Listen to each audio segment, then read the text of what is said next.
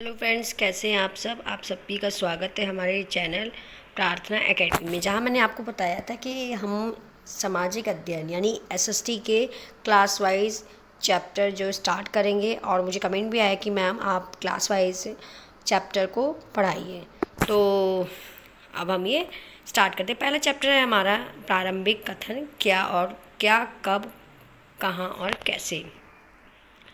यहाँ पे एक रशीदा का नेम दिया हुआ है, जहाँ पे इस रशीदा ने क्या पूछा है कि रशीदा बैठ के अखबार पढ़ रही थी। अचानक उसकी निगाह एक सुर्खी पर पड़ी। सुर्खी का मतलब होता है कि कोई ऐसी बात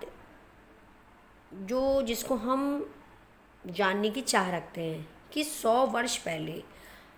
अब 100 वर्ष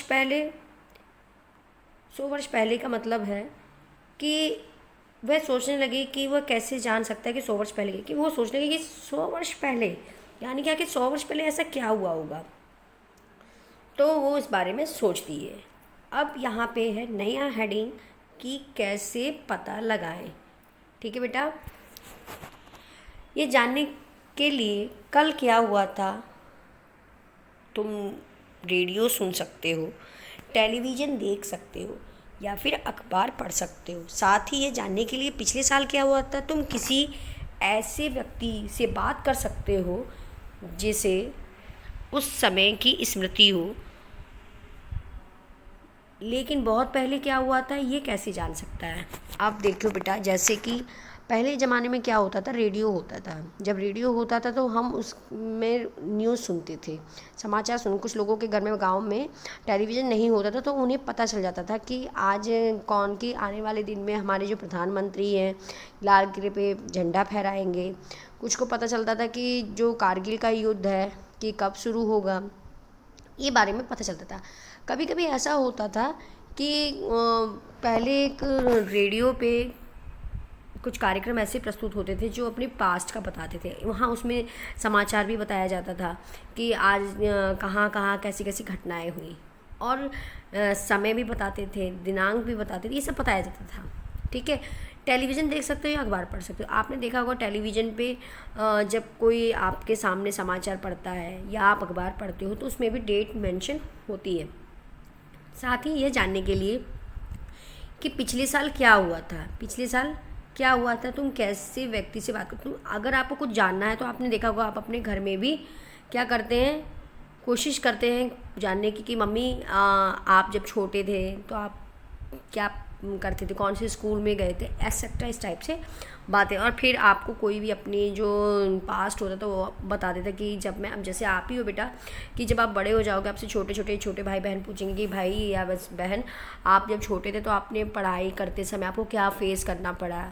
या अगर आप कोई सक्सेस हो गए तो आपसे भी पूछेंगे आपके जो स्ट्रगल थे कैसे थे। तो देख रहे हो ना आप कि आपसे आपके पास्ट के बारे में पूछो, जो आपके इम्पॉर्टेंट डे, इम्पॉर्टेंट पर्सन और या इम्पॉर्टेंट लोग जिन्होंने आपकी हेल्प करी, आप उनके बारे में ज़रूर बताएंगे, क्योंकि ये आपका पास्ट था। और कोई इंपॉर्टेंट डेट होगी तो आपने ज़रूर बताएंगे कि आपने ऐसी इस डेट को आपने एग्ज़ाम दिया था, इस डेट को मेरा रिजल्ट निकला था, मैंने टॉप किया, इस टाइप से आपको ये सब बताएंगे। तो ये आपका पास्ट हो गया। ठीक है बेटा, अब चलते हैं अतीत के बारे में जान सकते हैं। अतीत के बारे में बहुत कुछ जाना जा सकता है, जैसे लोग क्या खाते थे, कैसे कपड़े पहनते थे, किस तरह के घरों में रहते थे। हम आठे को, यानी कि जैसे आप देखिए, आप देख सकते हैं कि इसमें हम आखेटकों यानी कि जो शिकारी होते हैं हमारे, पशुपालक, कृषकों, शासकों, व्यापारी, पुरोहित, शिल्पकारों, कलाकारों, संगीतकार, वैज्ञानिकों के बारे में जानकारी हासिल कर सकते हैं। यही नहीं, हम ये भी पता कर सकते हैं कि उस समय बच्चे कौन कौन से खेल खेलते थे, कौन सी कहानियाँ सुना करते थे, ऐसे ऐसे नाटक देखा करते थे। ठीक है, तो ये हमारी चीज़ें हैं कि हम क्या पहनते थे, क्या नहीं पहनते थे, ये हमारे पास्ट के बारे में हम जान सकते थे। और कौन सी कहानी पहले सुना करते थे। आजकल क्या बच्चे, आज के टाइम में बच्चे जो हैं मोबाइल ले लेते हैं और उसमें कार्टून में बिज़ी होते। पहले के लोग क्या करते थे बेटा, कि अपनी दादी के साथ, नानी के साथ, अपने पापा के साथ बैठ के उस स्टोरी, कहानी को सुनाते थे। तो उसमें बहुत मज़ा आया करता था। आप भी अपने कमेंट में बताइएगा, क्या आप लोग आज भी ऐसा करते हैं या फिर मोबाइल लेकर बैठते हैं।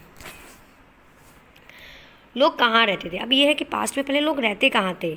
चलिए, कई कई लाख वर्ष पहले से लोग इस नदी के तट पर, क्या कह रहे हैं कि लोग इस वर्ष पहले, कितने वर्ष पहले, लाखों लोग वर्ष पहले, ठीक है, लोग इस नदी का मतलब नर्मदा नदी की बात हो रही है। यहाँ पर रहने वाले आरंभिक लोग क्या करते थे कि लोगों से कुछ कुशल संग्राहक जो आसपास के जंगलों में विशाल संपदा से परिचित थे, यानी कि कुछ ऐसे संग्राहक होते जो कुछ चीज़ों को समेट के संभाल के रखते थे और फिर उसका भोजन, जैसे आपने देखोगे आज क्या करते हैं हम लोग, गेहूँ का स्टोर करते हैं, चावल का स्टोर करते हैं और आराम से अपना खाते पीते बनाते हैं। ठीक पहले क्या थे, पहले वहाँ लोगों को जंगलों के बारे में पता रहता था कि पहले लोग फल वल खाते थे, जानवरों का शिकार करते थे, तो उन लोगों को उस चीज़ को संभाल के रखने के, स्टोर करके रखते थे। तो वही करते थे जिनको इन जंगलों के बारे में पता रहता था कि कौन सी चीज़ कहाँ मिलती है। अपने भोजनों के लिए वे जड़ों, फलों और जंगल के अन्य उत्पादों का सही संग्रह क्या करते थे।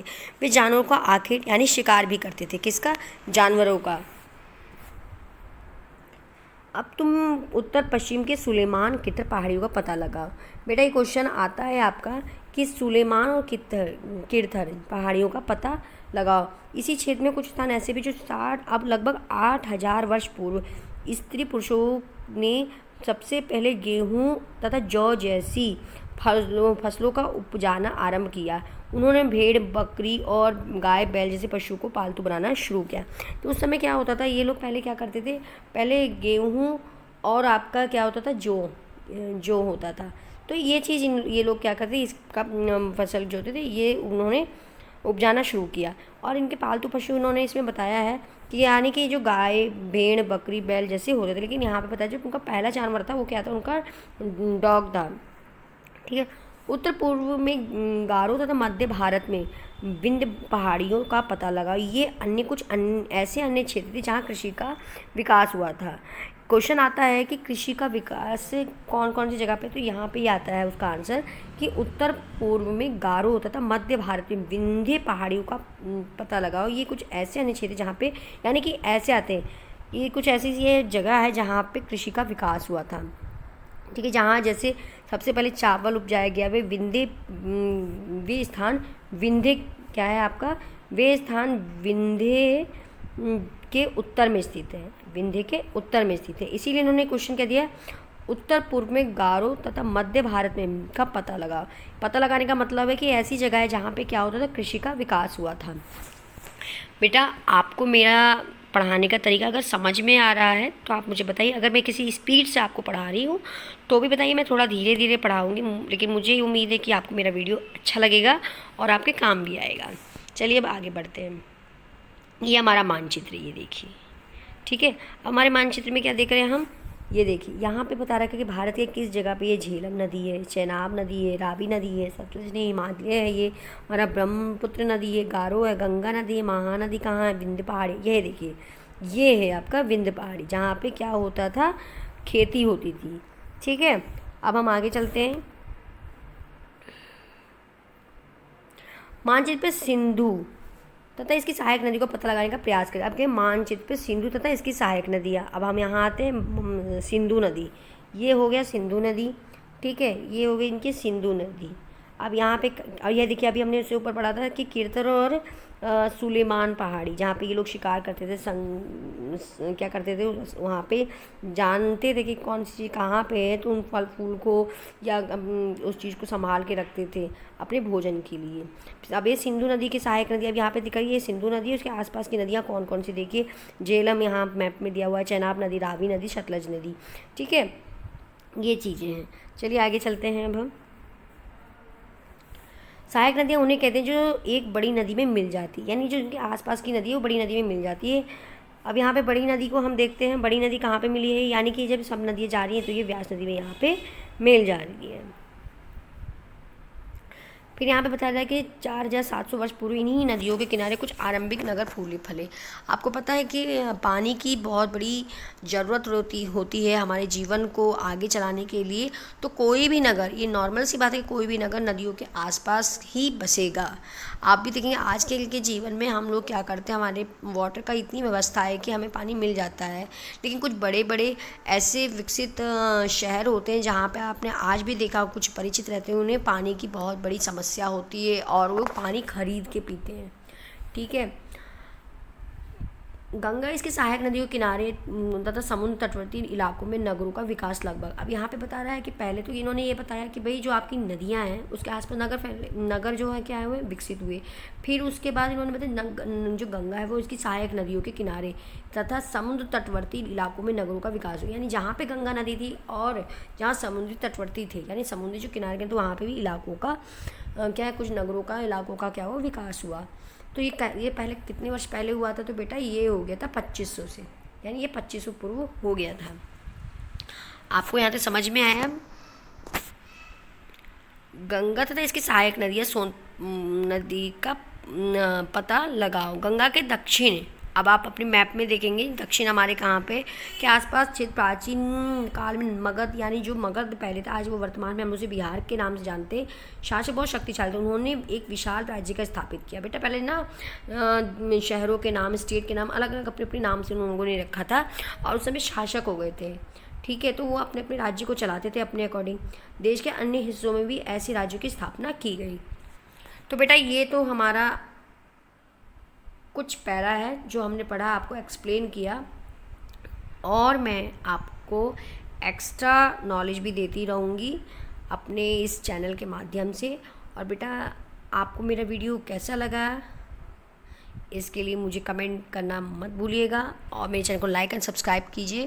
प्रार्थना एकेडमी में आपको जो भी डाउट्स हैं please send message and I will reply. Okay, so please बेटा अब मैं इस क्लास को यहीं ओवर करती हूँ और अब नेक्स्ट वीडियो के लिए आपको कुछ टाइम के लिए वेट करना होगा। मेरी वीडियो को लाइक एंड सब्सक्राइब कीजिए, ज़्यादा से ज़्यादा शेयर कीजिए कि बच्चों को दूर दूर तक समझाया जाए। मैं ऐसे आपको एसएसटी समझाऊंगी कि आपको एसएसटी का कोई बर्डन या भारी नहीं लगेगा। ठीक है बेटा।